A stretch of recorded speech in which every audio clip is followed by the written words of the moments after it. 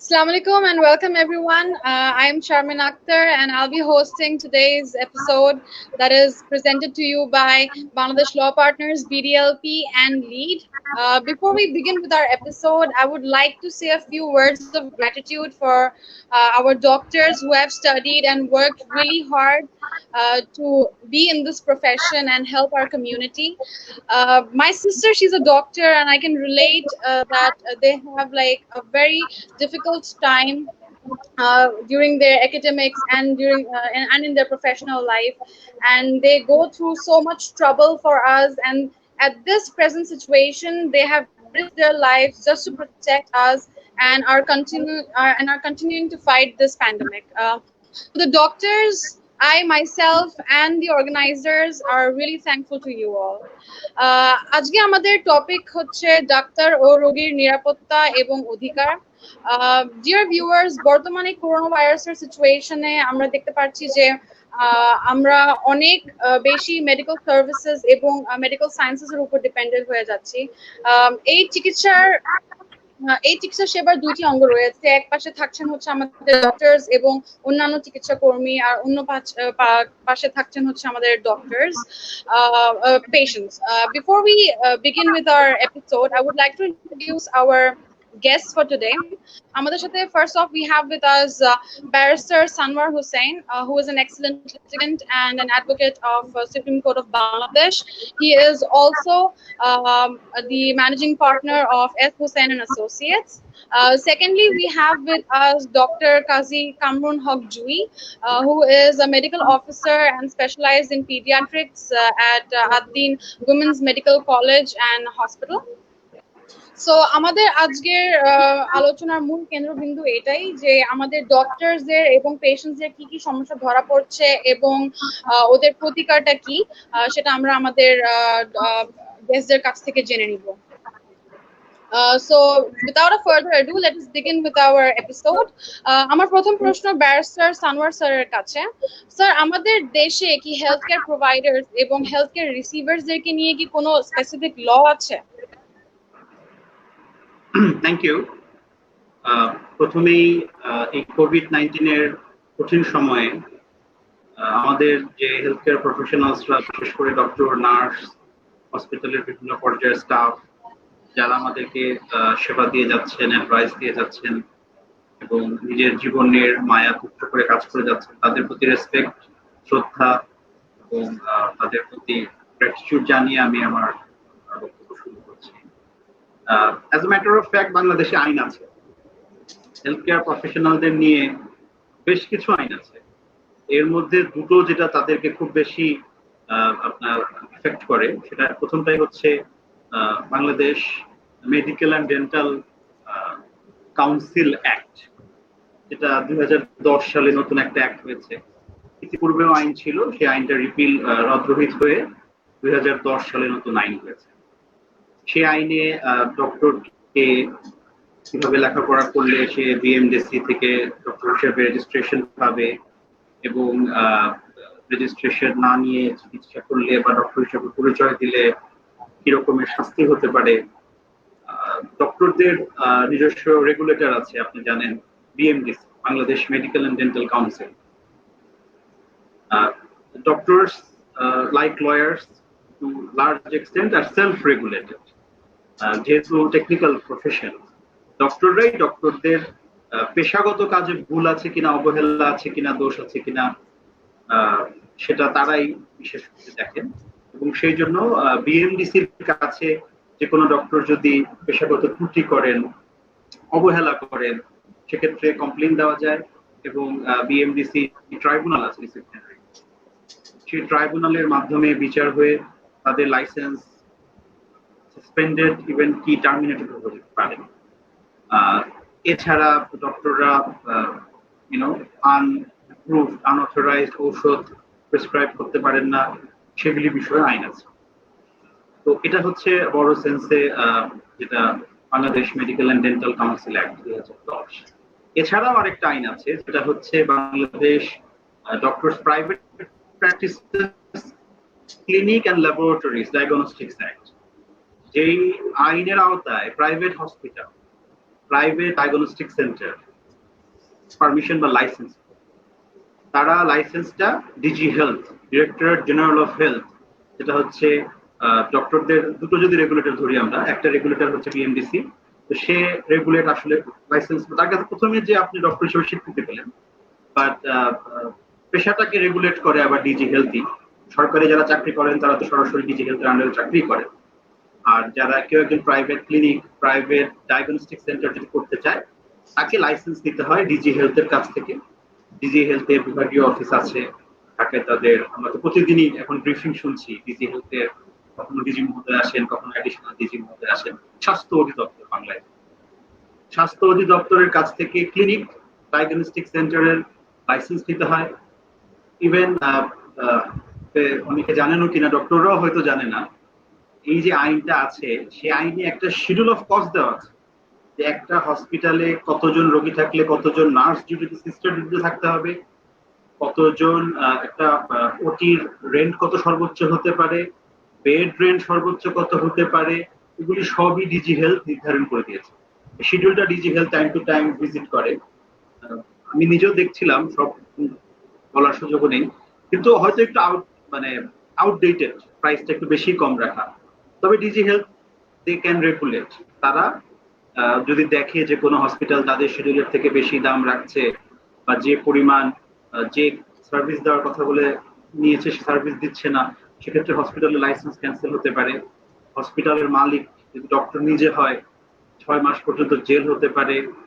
এবং যদি ডক্টর হসপিটালের মালিক না হয় কিন্তু সার্ভিস দেওয়ার সময় সে ভুল করে, সেক্ষেত্রে জরিমানার ব্যবস্থা আছে। এছাড়াও এই দুটো আইন ছাড়াও বর্তমানে নতুন যে আইনটা হয়েছে ভোক্তা অধিকার আইন, ভোক্তা অধিকার আইনের যে সেবার সংজ্ঞায় প্রথমবারের মতো ডক্টরসরা ডক্টর ছাড়া অন্যদের দ্বারা রেগুলেটেড হচ্ছে। ভোক্তা অধিকার আইনে সেবার ভিতরে চিকিৎসা সেবা, ডায়াগনস্টিক সেবাকে অন্তর্ভুক্ত করা হয়েছে। অর্থাৎ ভোক্তা অধিকার আইনে ভোক্তা অধিকার কর্তৃপক্ষ, মোবাইল কোর্ট, এক্সিকিউটিভ ম্যাজিস্ট্রেট, তারা বিচার চালাতে পারে, মোবাইল কোর্ট করতে পারে, অভিযোগ করতে পারে। কিন্তু হসপিটালস এবং ক্লিনিক যে অ্যাক্ট, সেখানে যেটা আছে, এই আইনের আওতায় অভিযোগটা দায়ের করতে পারে শুধুমাত্র ডিজি হেলথ বা তার অধিদপ্তরের কোনো কর্মকর্তা। ভোক্তা অধিকার আইনেও বলা আছে যে আপনার যে এখানে যখন ভোক্তা অধিকার যদি কোনো হসপিটালে যায়, কোনো ডক্টরের চেম্বারে যায়, কোনো ডায়াগনস্টিক সেন্টারে মোবাইল কোর্ট করতে চায় বা কোনো অভিযান পরিচালনা করতে চায়, সেক্ষেত্রে তাদের ডিজি হেলথকে অবগত করে তাদের প্রতিনিধি সাথে নিয়ে যাবে। এটা সঙ্গতভাবেই, কারণ টেকনিক্যাল বিষয় আছে যে ডক্টর ঠিক মতো কাজ করছে কিনা, এটা তো একজন নন টেকনিক্যাল লোকের পক্ষে বলা আসলে সম্ভব না যে উনি সঠিক না বেঠিক। এই জন্য তাকে নিয়েই তারা কাজ করবে। এছাড়া হসপিটালস অ্যাক্ট এবং ভোক্তা অধিকার আইনে অনেক রকমের রিকোয়ারমেন্ট দেওয়া আছে, যে ডায়াগনস্টিক সেন্টারে মূল্য তালিকা টাঙানো থাকতে হবে, তারপরে আপনার কোন সার্ভিসে কি সার্ভিস হবে সব টাঙানো থাকতে হবে, স্পষ্টতা থাকতে হবে। অনেক ডক্টররা বিশেষ করে বিভিন্ন জায়গায় মফস্বলে বেশি দেখা যায় দুই রকমের প্রতারণা আমরা দেখি। এক হচ্ছে সে আদৌ ডক্টর না, সে ডক্টর বা ডেন্টিস্ট সেজে সে চিকিৎসা করছে।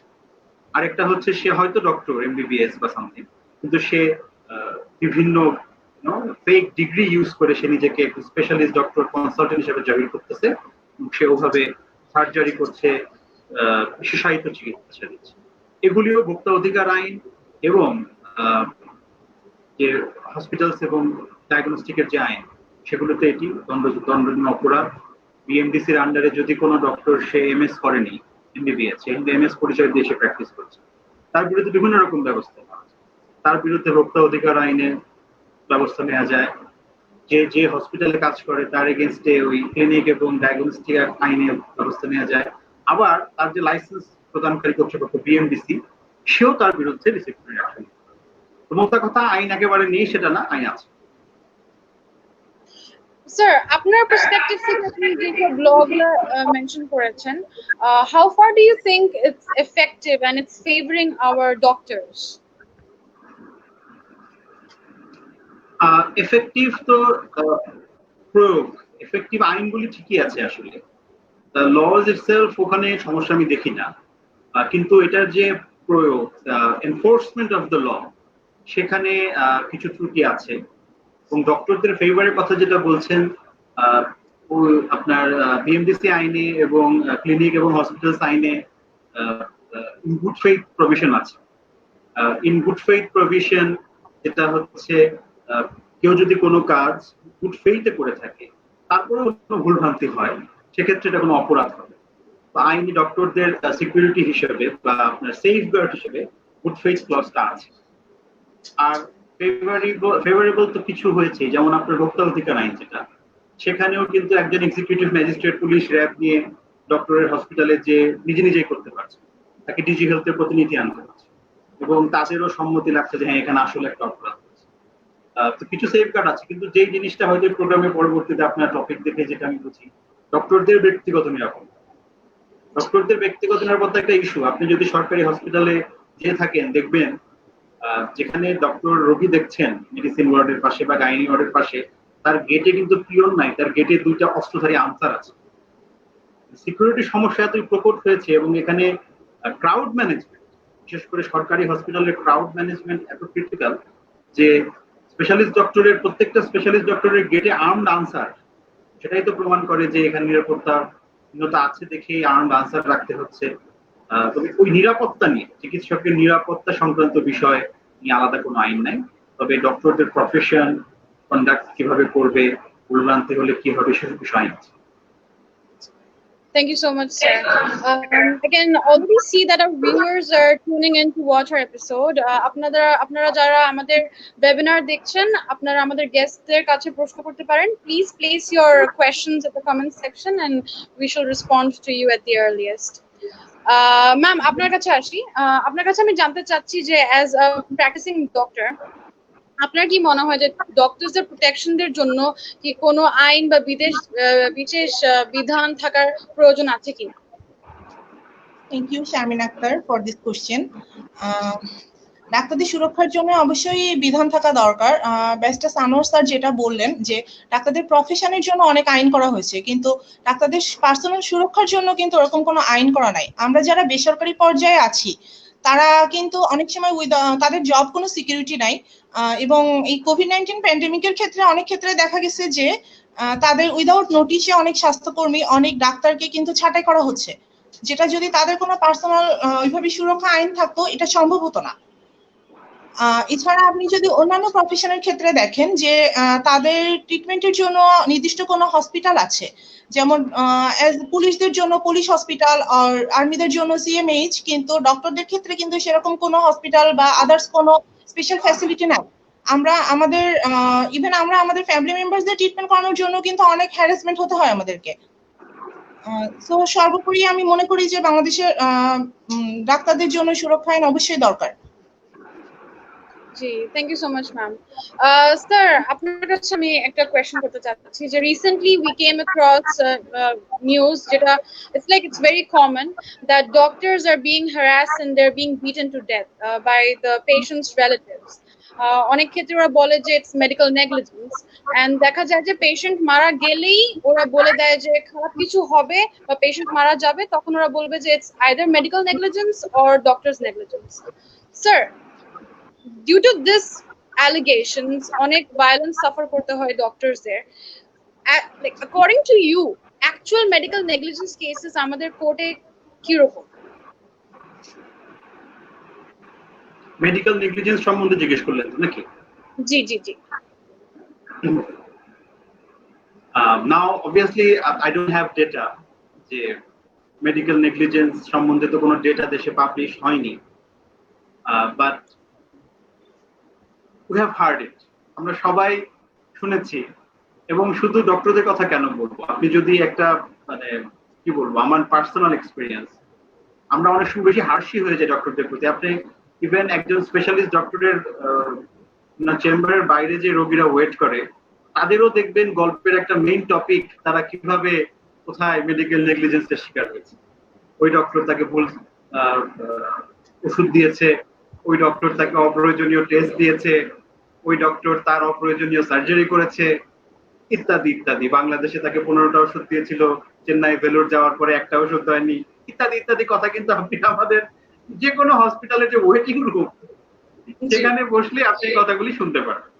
আচ্ছা, দেশে কোনো ডেটা নাই, কোনো স্টাডি নাই যে মেডিকেল নেগলিজেন্স শিকার কয়জন, বাট আই এম শিওর যদি কেউ সার্ভে করে খুব হাই মানুষের মতামত। কারণ আবার লয়ারদের, আপনি যদি যারা মামলা মোকদ্দমায় করেছে তাদের যদি জিজ্ঞেস করেন লয়ারের সার্ভিস কেমন, 100-99 জনই বলবে তারা they are not satisfied.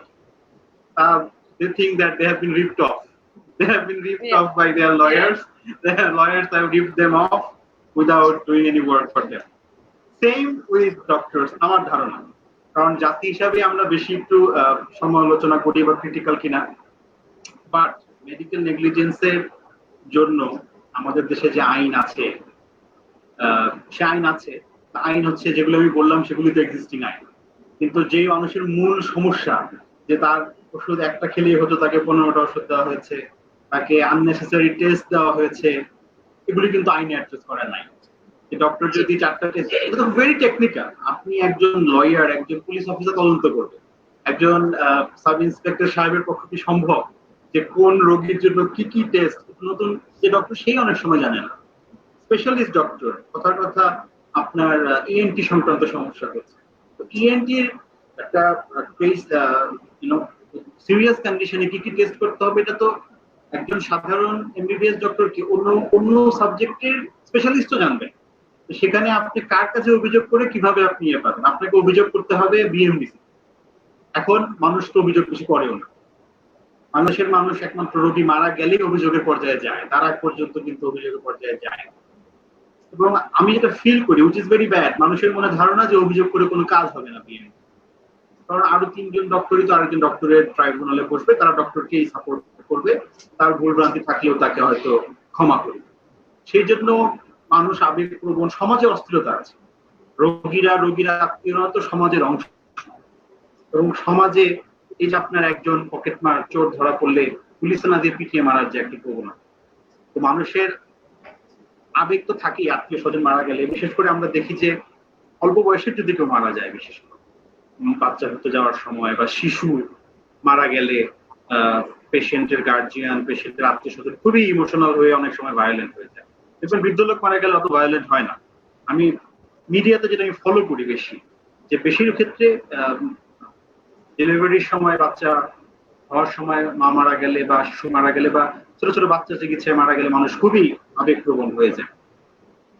First of all, এগুলি তো প্রচলিত দণ্ডবিধি বা পেনাল কোড, আমাদের যে ক্রিমিনাল আইন আছে সেখানেই অপরাধ। কেউ যদি কাউকে মারে, irrespective of having the doctor patient relationship, এটা তো অপরাধ, সেটার বিচার হবে। আর ডক্টরদের জন্য স্পেশাল যে সুরক্ষা আইন, সেক্ষেত্রে সরকারি হসপিটালে তো সুরক্ষার ব্যবস্থা নিতেই হয়েছে বিভিন্ন সময় মারামারি করতে করতে।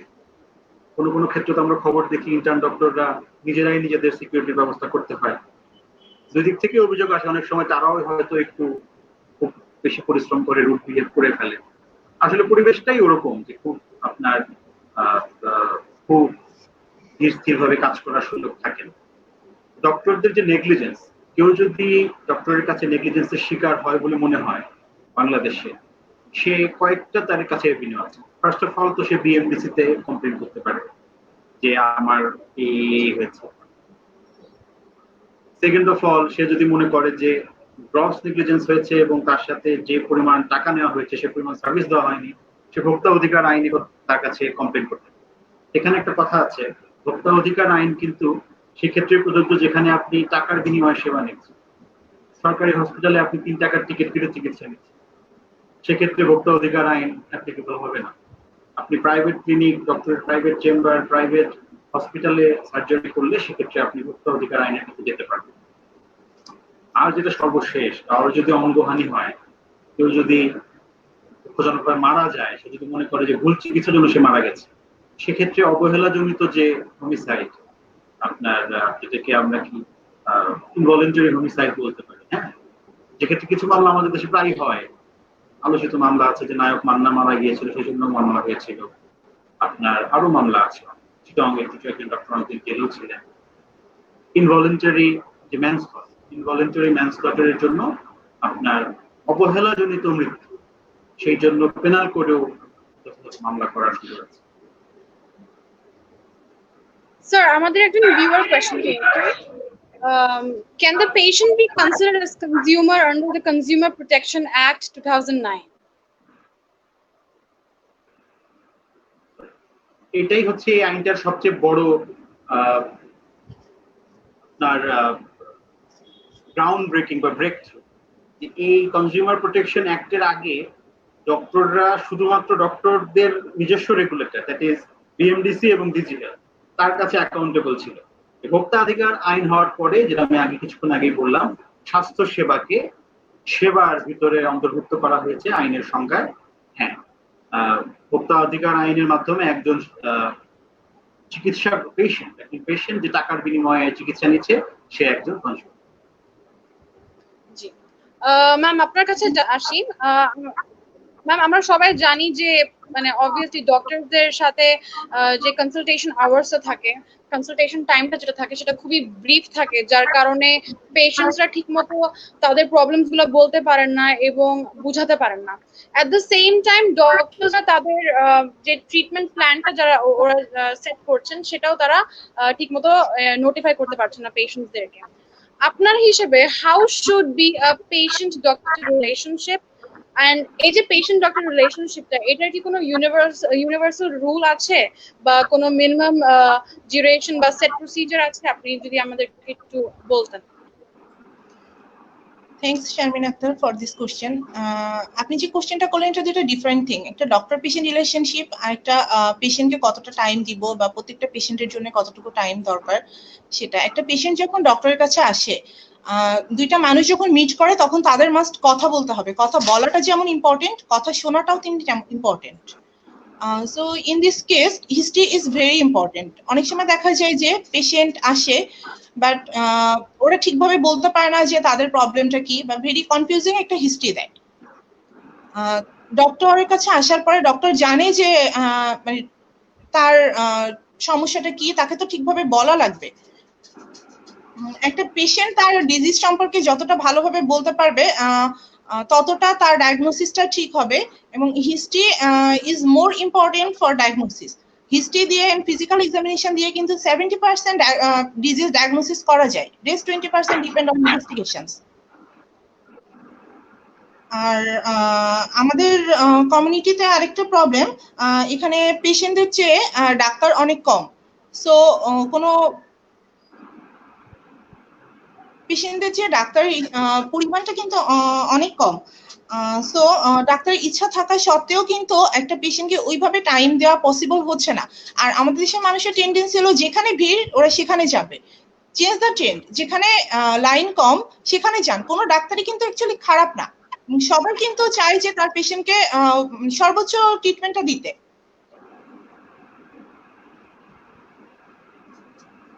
আর আমি যদি আমার ডিপার্টমেন্টের কথা, আমার প্রতিষ্ঠানে আমার ডিপার্টমেন্টের কথাই বলি, এখানে আন্ডার ওয়ান যে ইউনিটটা আছে এখানে কিন্তু মোর দেন 300 অ্যারাউন্ড 350 পেশেন্ট আসে 8 AM to 2 PM।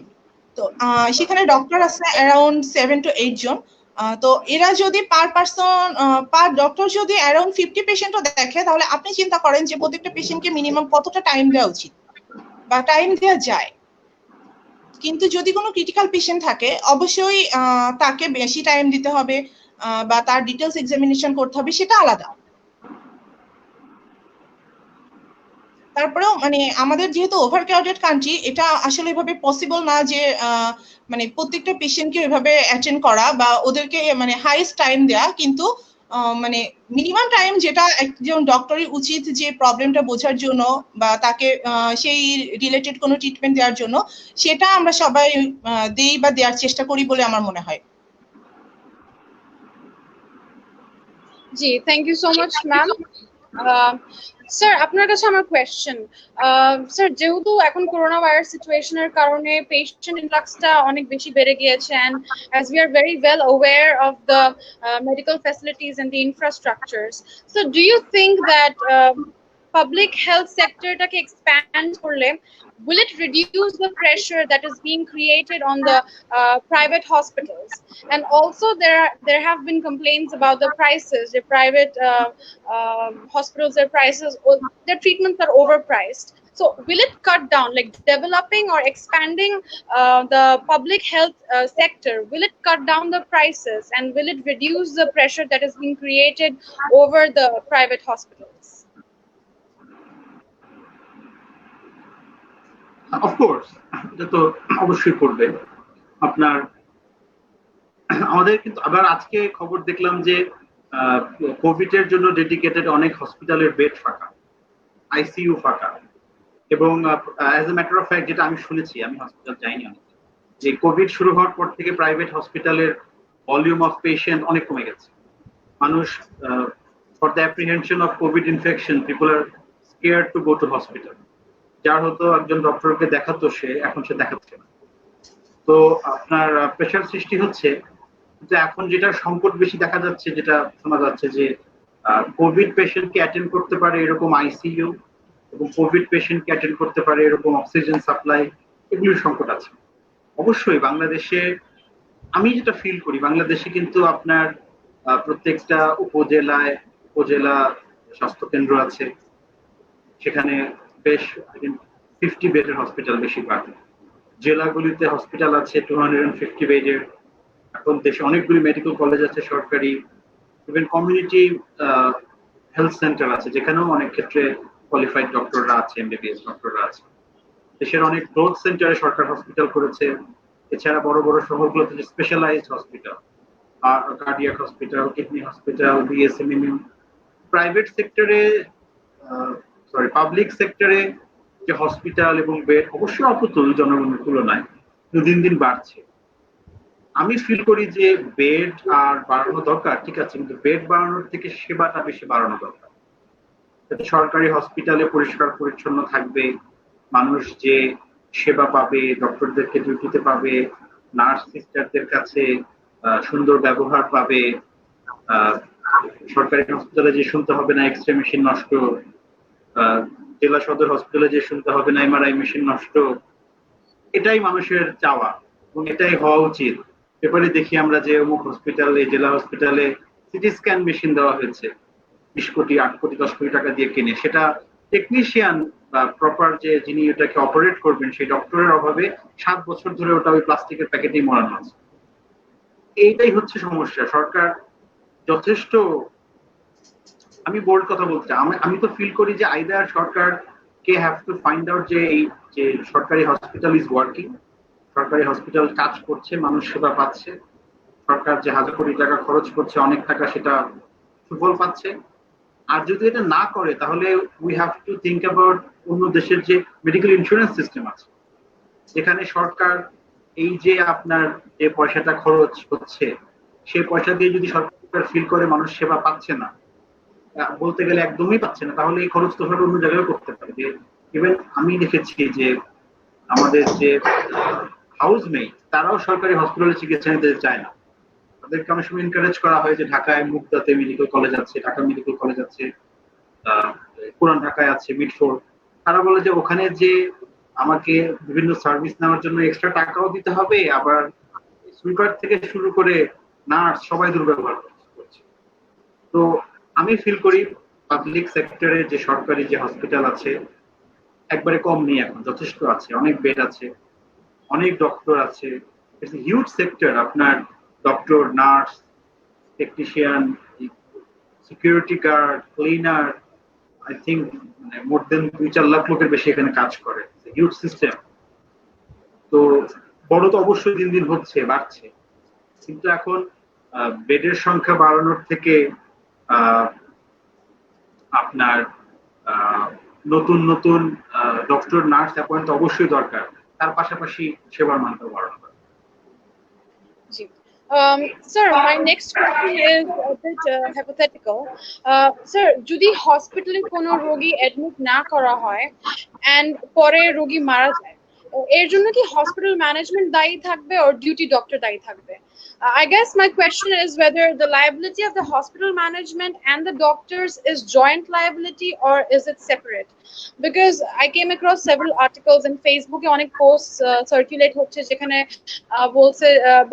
bolche je doctors they have been harassed and they have been faced with cruelty just because hospital management boleche they are not well equipped to treat patients that are at a very severe stage. So সেই ক্ষেত্রে আপনি কি বলবেন যে hospital management should be solely responsible for it, or like the duty doctor should also be responsible for it?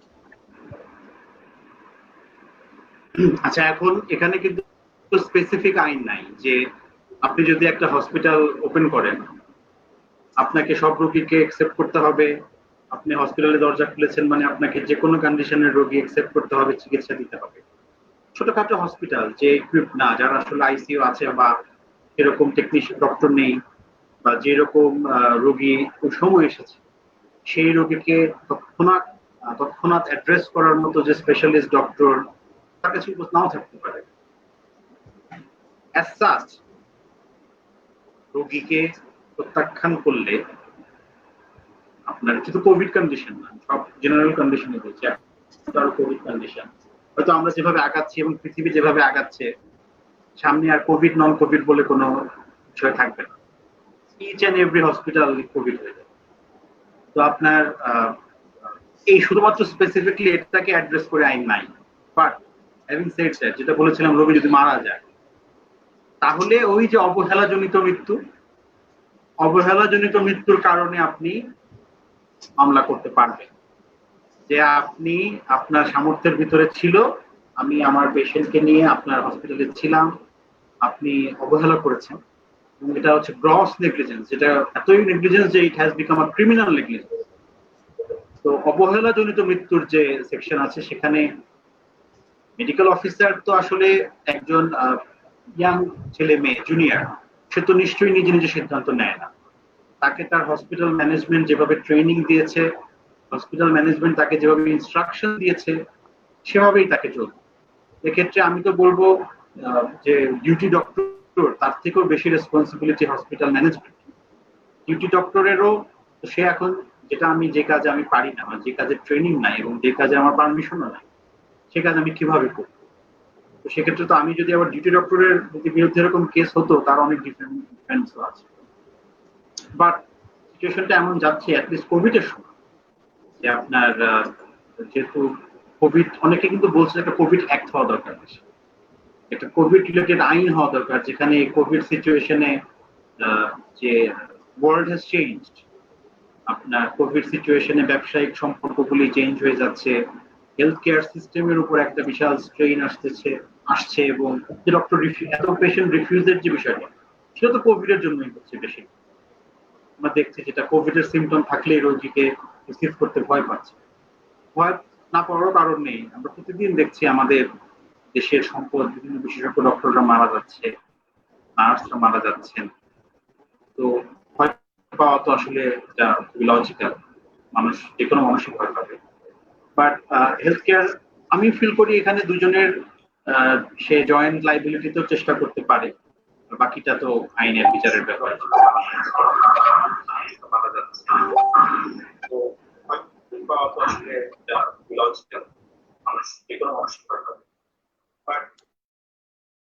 Ma'am আমার question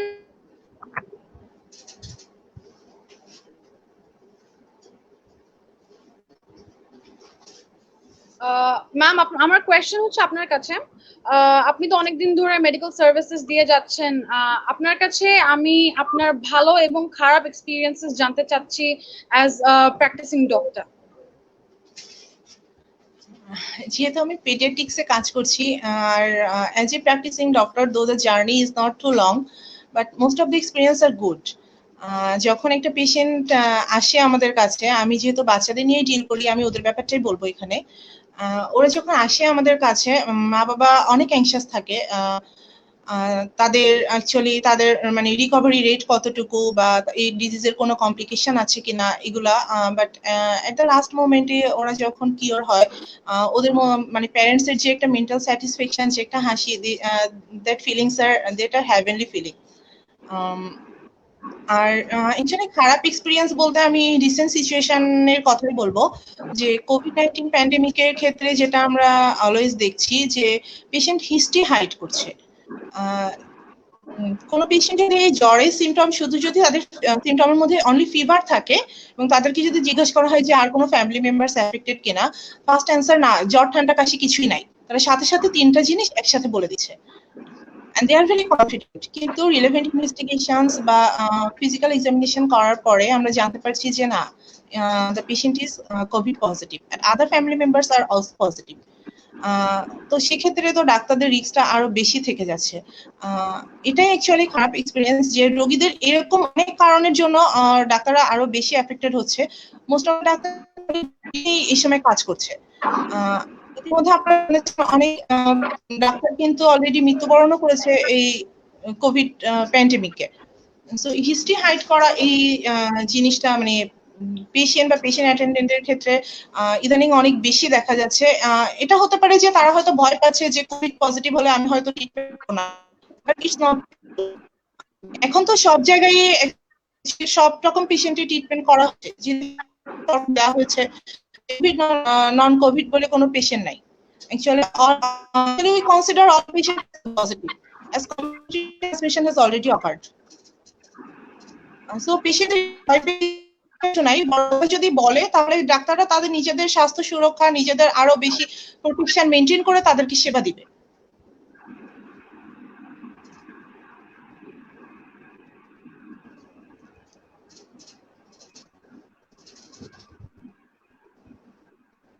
জি, আমার next question হচ্ছে sir আপনার জন্য, আমাদের ভিউয়ার্স কোয়েশ্চেন করেছেন, whether the doctors in our country are protected by the Labor Act 2006 or not. এটা খুবই আসলে একটা রিলেভেন্ট কোয়েশ্চেন, যে কথাটা ডক্টর জুয়ে বলছিলেন যে কোভিড এর সিচুয়েশনে অনেক ডক্টরদেরকে ছাঁটাই করা হচ্ছে উইদাউট এনি নোটিস, এবং অনেক বেতনও পাচ্ছেন না, অর্ধেক পাচ্ছেন, এরকম আমরা মিডিয়াতে দেখছি। আবার হসপিটাল মালিকরা বলছেন যে তাদের রোগী নাই, টেস্ট নাই, বা তাদের যে বিজনেস ভলিউম সেটা ড্রামাটিক্যালি ফল করেছে। এবং এটা আসলে ফ্যাক্ট যে একজন মেডিসিনের ডক্টরকে বা কার্ডিয়াক ডক্টরকে হয়তো 1 মাস পর ভিজিটে যেত, বা বাচ্চাকে একটা জাস্ট রেগুলার চেক আপে নিয়ে যেত, সে যাচ্ছে না, বা তার একটা ছোটখাটো ডিসকমফোর্ট ছিল যেটার জন্য তার যাওয়ার কথা ছিল, এখন যাচ্ছে। আমাদের দেশের লেবার লয়ে যে লেবারের ডেফিনেশন এবং শ্রম আদালত, লেবার কোর্ট এবং আপনার মহামান্য হাইকোর্ট ডিভিশনের যে অ্যাটিটিউড, সেই হিসাবে ডক্টররা লেবার আইনের ভিতরে পড়বে, বিশেষ করে প্রাইভেট হসপিটালে যারা কাজ করে। যারা সরকারি হসপিটালে কাজ করে তাদের এরকম সমস্যা নেই। যারা প্রাইভেট হসপিটালে চাকরি করেন, প্রাইভেট ক্লিনিকে চাকরি করেন, প্রাইভেট মেডিকেল কলেজে চাকরি করেন, তারা আমার ওপিনিয়নে তারা লেবার আইনে they will come under the purview of labor act, yes. এবং তারা লেবার আইনে তাদের যে অধিকার আছে তারা সেগুলি এনফোর্স করতে পারবে। আর ডক্টরদেরকেই আমরা দেখি আসলে ডক্টররা যে সময়টুকু প্রাইভেট হসপিটাল ক্লিনিকে কাজ করে, তারা নিজেরাই এই চাকরিটাকে খুব সিরিয়াস হিসেবে নেন। এটাকে তারা একটা career, they are not planning to make a career out of this job. 3 বছর 4 বছর তারা মেডিকেল অফিসার হিসেবে কাজ করে। তারা সবসময় চিন্তা করে তার অ্যাকচুয়াল টার্গেট যে হায়ার স্টাডি করবে, হায়ার স্টাডি করে সে একজন কনসালটেন্ট হবে। আর কনসালটেন্টরা কিন্তু বেশিরভাগই কন্ট্রাক্ট বেসে চলে আসে, তারা কাইন্ড অফ রেভিনিউ শেয়ারিং এ কাজ করে। যতদূর আমি জানি খুব কম কনসালটেন্ট ফুল স্যালারিতে কাজ করে, ফুল স্যালারিড কনসালটেন্ট কম আছে অনেক জায়গায়। তো এখন মূল কথা হচ্ছে এটা যে ডক্টর যদি মাসিক বেতনভুক্ত হয়ে থাকে কোন জায়গায়, মাসিক বেতন, সাপ্তাহিক বেতন তো ডক্টরদের কথা ভাবলাম না, মাসিক বা সাপ্তাহিক বেতনভুক্ত যদি হয়ে থাকে, he or she will come under the purview of labor. G ma'am, আপনার কাছে আমার একটা প্রশ্ন। অনেক নিউজে দেখা যাচ্ছে যে আনঅথরাইজড ক্লিনিকস ওপেন করা হচ্ছে by those who are having very less knowledge or zero knowledge about medical sciences.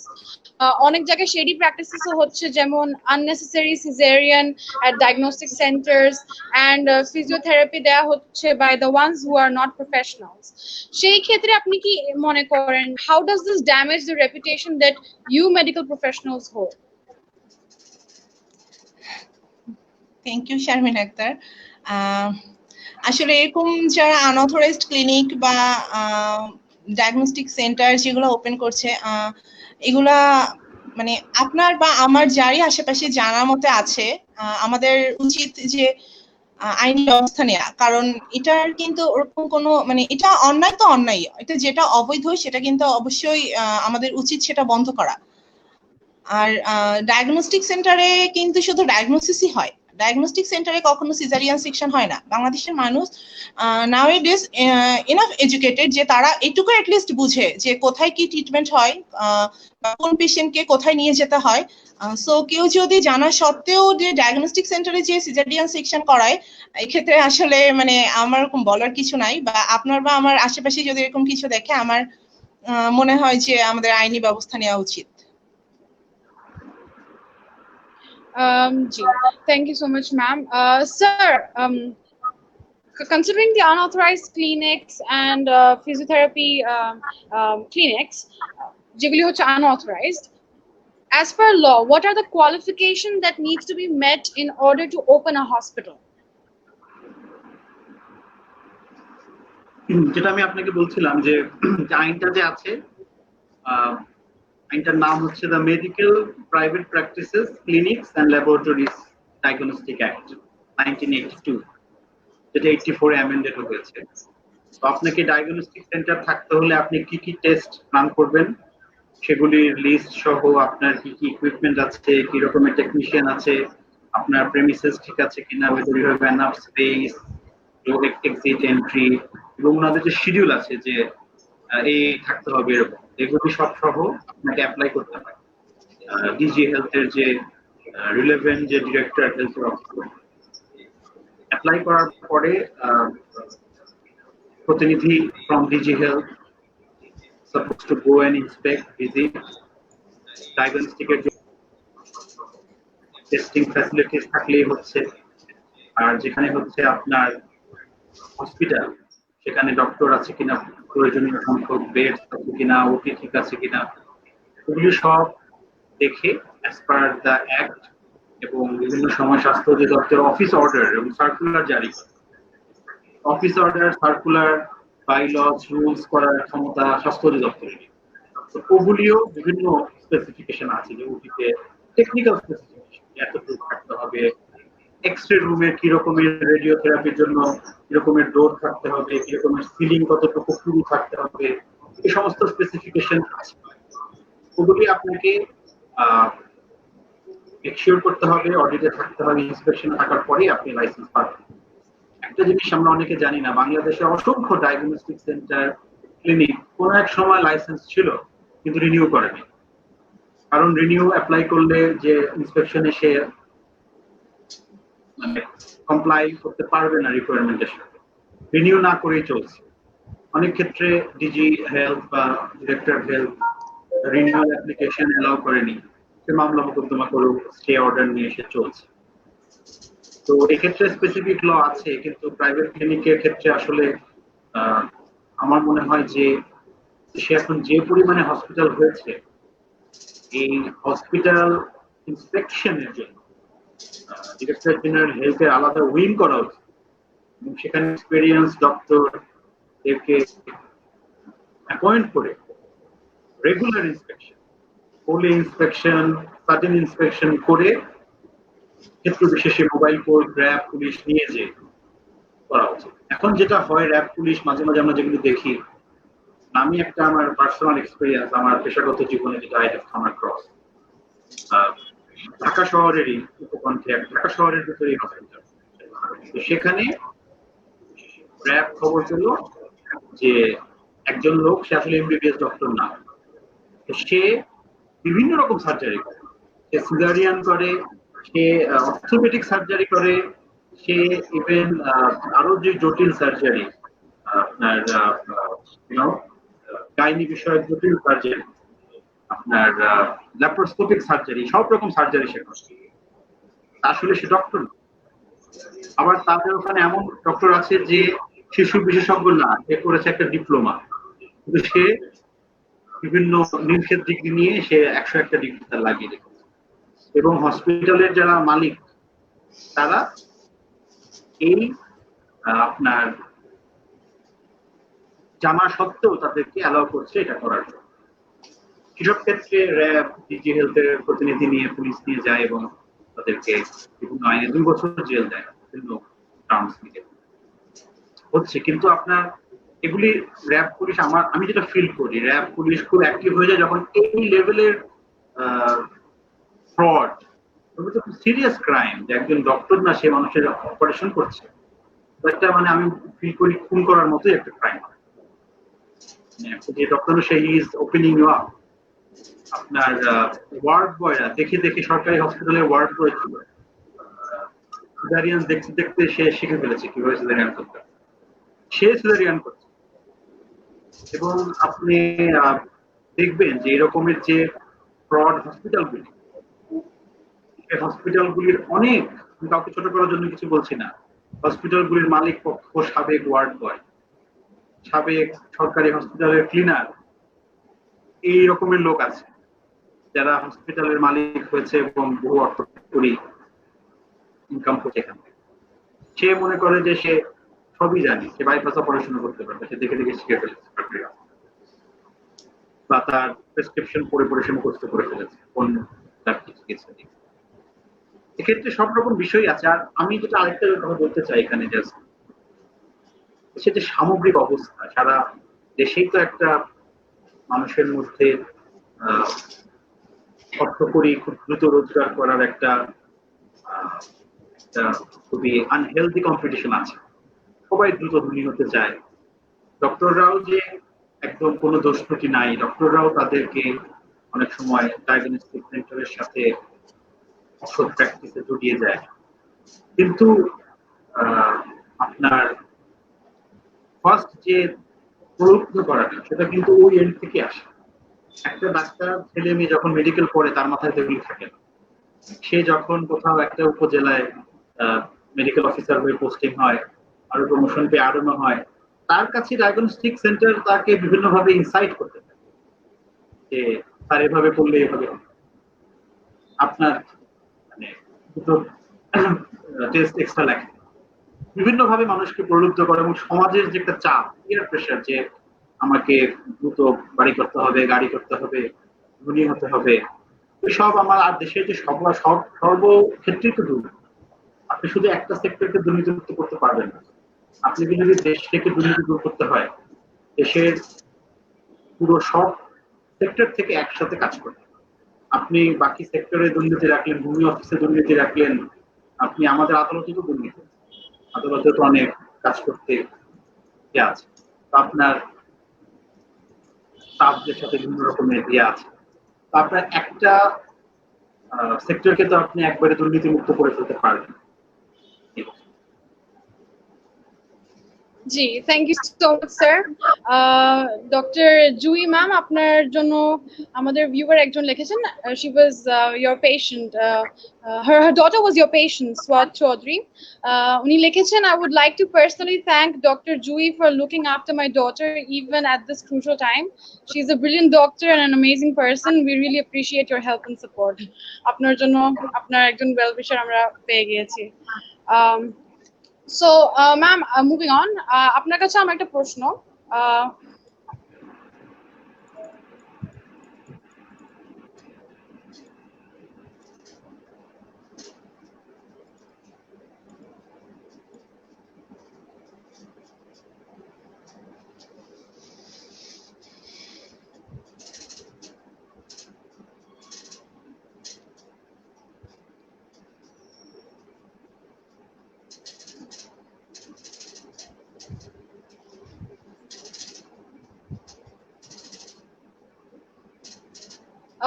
Ma'am, I'm really sorry, আমার ইন্টারনেট ডিস্টার্ব করছিল, I'm really sorry, I apologize for that.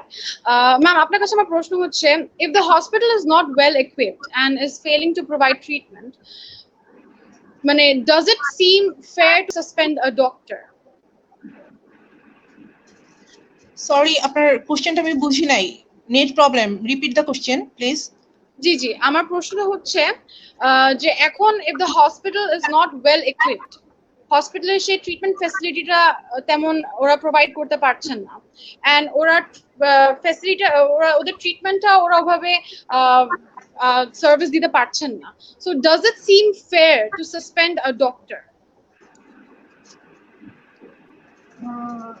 এখানে অ্যাকচুয়ালি ডক্টর সাসপেনশন বা এরকম কোনো কিছু আছে বলে আমার মনে হচ্ছে না, কারণ এটা তো হসপিটাল অথরিটির অ্যাক্টিংস না, যে তারা যে ইনস্ট্রুমেন্ট বা আইসিইউ পিআইসিইউ সাপোর্ট এটা ওরা ম্যানেজ করতে পারছে না। ডক্টর তো সবসময় সেবা দেওয়ার জন্যই নিয়োজিত।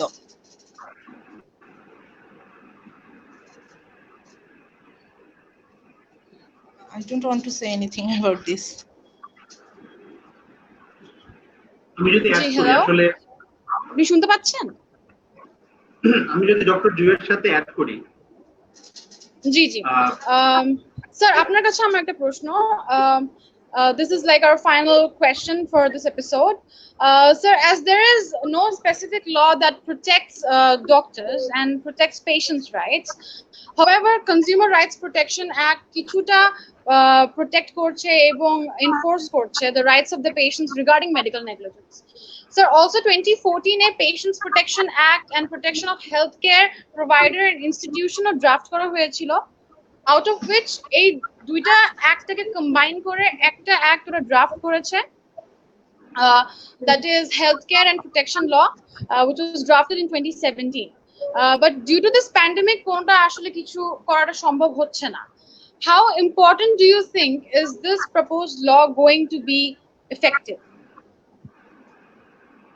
আচ্ছা, proposed lawটা not because of the pandemic, because the leaders of doctor community doesn't like the law.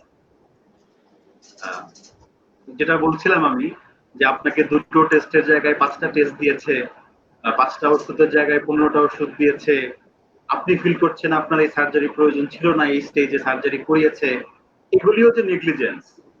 মারা যান নাই আপনি, আপনি এখন সুস্থ আছেন, বেঁচে আছেন, এগুলিকে নেগলিজেন্সের ভিতরে ওইটা আনতেছে। যে ড্রাফট যে বিলটা আছে, ড্রাফট বিলটাতে এগুলি আছে।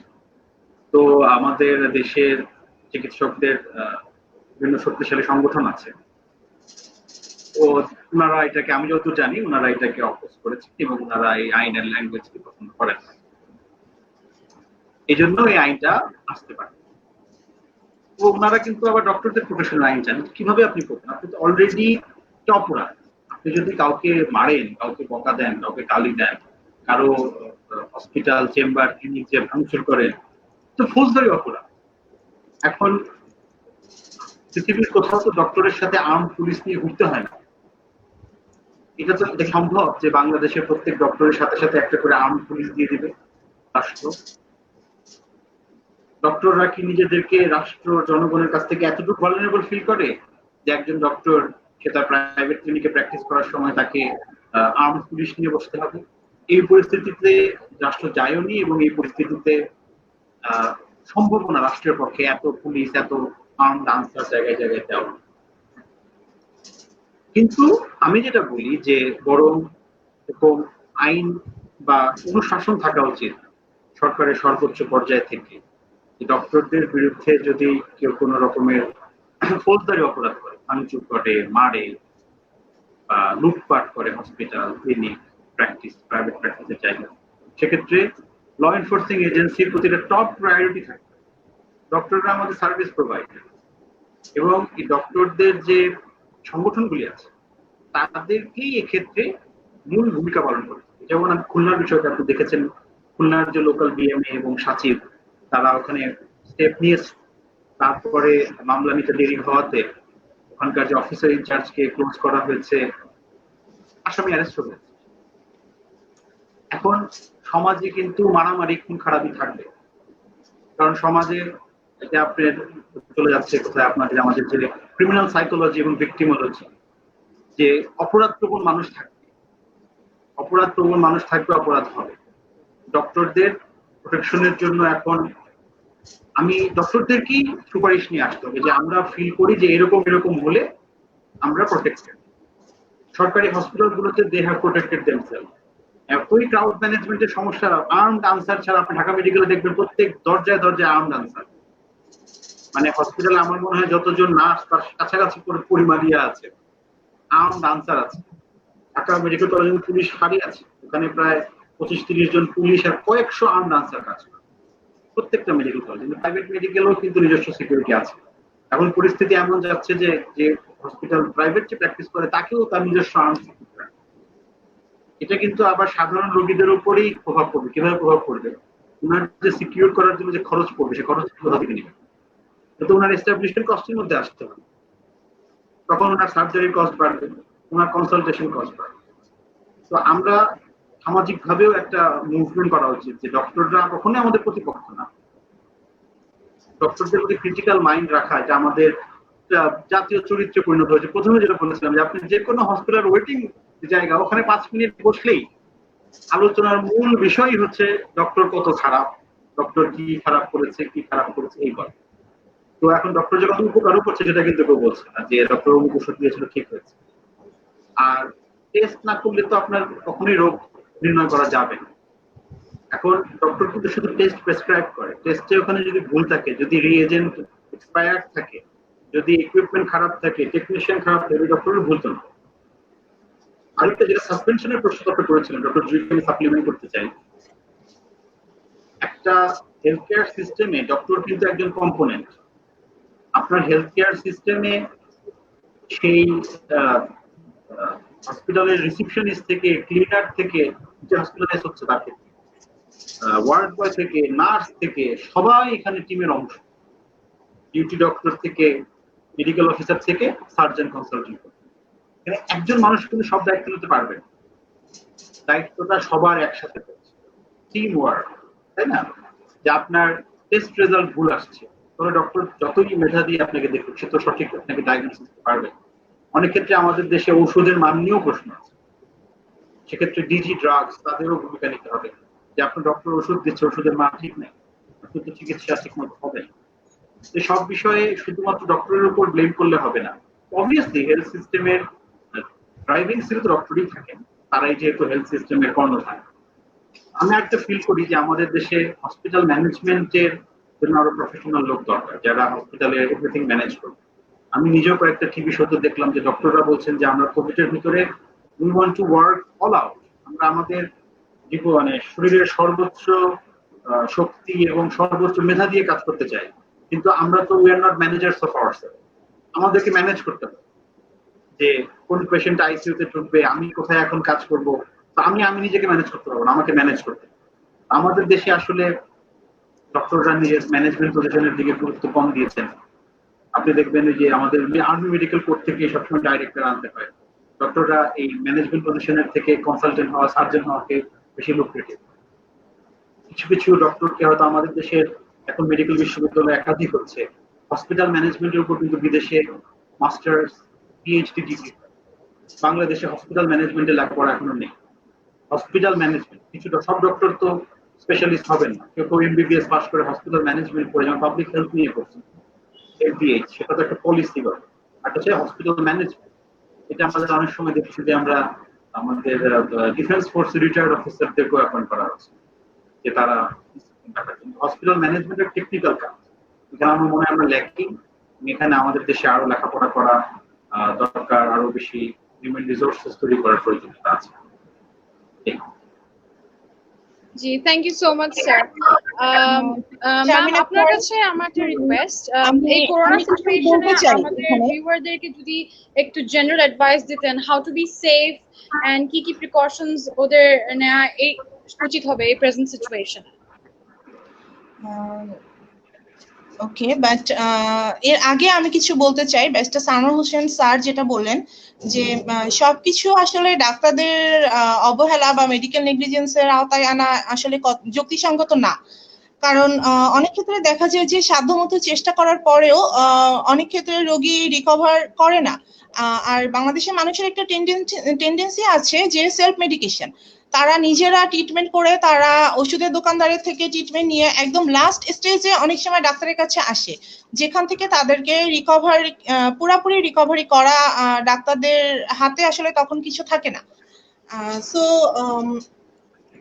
পেশেন্টের কন্ডিশন ইমপ্রুভমেন্ট না হওয়া বা আলটিমেট ফেট ডেথ হওয়াতে পেশেন্ট পার্টি খুব ভায়োলেন্স হয়ে যায়। আরেকটা আমাদের ডাক্তারদের যেটা উচিত, যে যত ক্রিটিক্যাল পেশেন্টই যে কোনো সময় আসুক না কেন, পেশেন্ট অ্যাটেন্ডেন্টকে ব্রিফ করা অ্যাবাউট দেয়ার কন্ডিশন।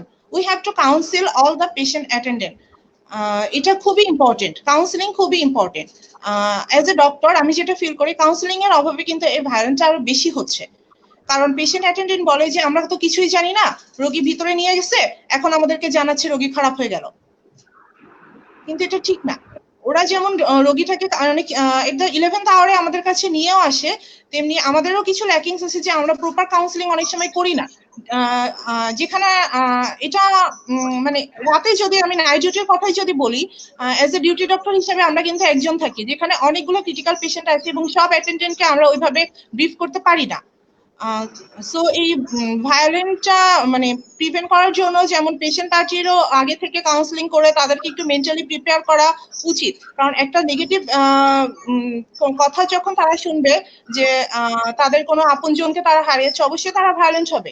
কিন্তু এটাতে যেমন তাদেরও একটু ধৈর্য ধরে হ্যান্ডেলিং করা উচিত, তেমনি অ্যাজ এ ডক্টর আমাদেরও উচিত যে মানে তাদের এই সিচুয়েশনটা বোঝার বা তাদেরকে আগে থেকে ব্রিফ করার, যেন তারা মেন্টালি একটু স্টেবল থাকে।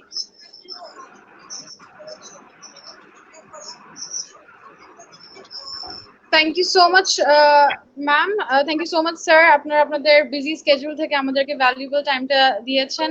We are really thankful to you, and to our viewers, thank you so much for tuning in to our episode. And আমাদের নেক্সট টপিকটা আমরা আপনাদেরকে জানিয়ে দিব আমাদের পেজে। প্লিজ আমাদের পেজে বিডিএলপি এবং লিডের পেজে আমরা আপনাদেরকে টপিকসটা নোটিফাই করে দিব। Until then, thank you so much and Allah Hafiz. Thank you all.